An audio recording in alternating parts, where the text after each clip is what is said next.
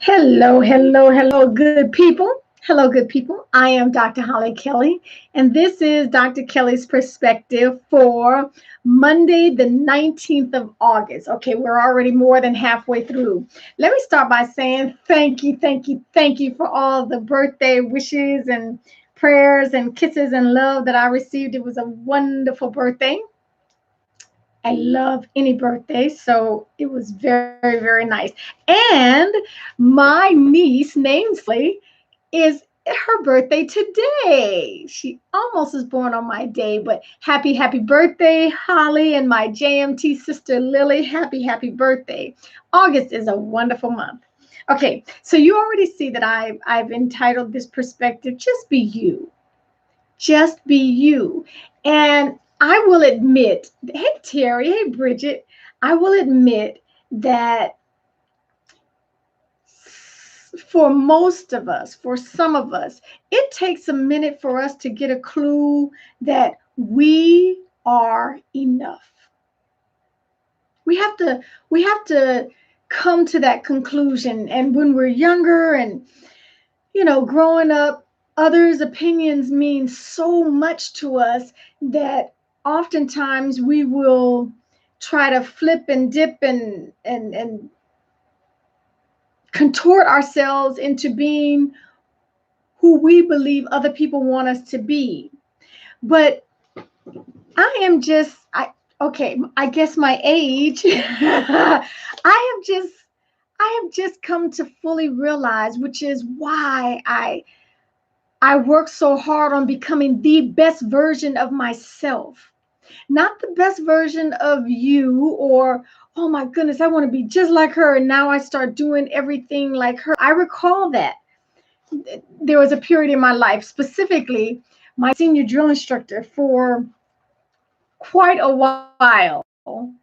Um, after boot camp, when I first met her, I would talk like her. I mean, I had her accent. She's from New Orleans. And I would talk like her. I would, my mannerisms, I would mimic her mannerisms. And I remember that. I remember doing that. And that's why I say it takes a little time. Well, hello, Mr. President. It takes a little time for us to understand that God knew exactly what he was doing when he created each and every individual. He knew what he was doing. And he didn't allow us to thank you, sweetheart. He didn't have to wait for us to be born and, oh, let me watch them and see what they're good at, and let me see what she's going to have an inclination to. And he ordained some things in our lives. And so if he created us the way we are, it simply becomes our responsibility to become the best version of the person he created. And so I think I want to urge you today, and maybe because I start my new position today. So I'm starting, and there's always the temptation, Katisha, Katisha.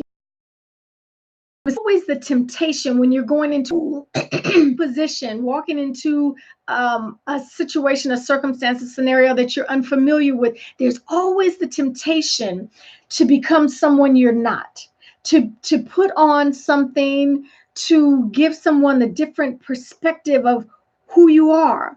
And so my encouragement to you today is to be the best version of who you are, the best version of who God has already created you to be. They want you.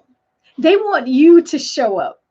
They don't want some other version of, you know, after 3 or 4 layers, then they find the Holly. Then they find the Jordan. Then they find the Deanna or the Bridget or the Terry. After they have to look around, they want you. And so they accepted you, they hired you, they chose you.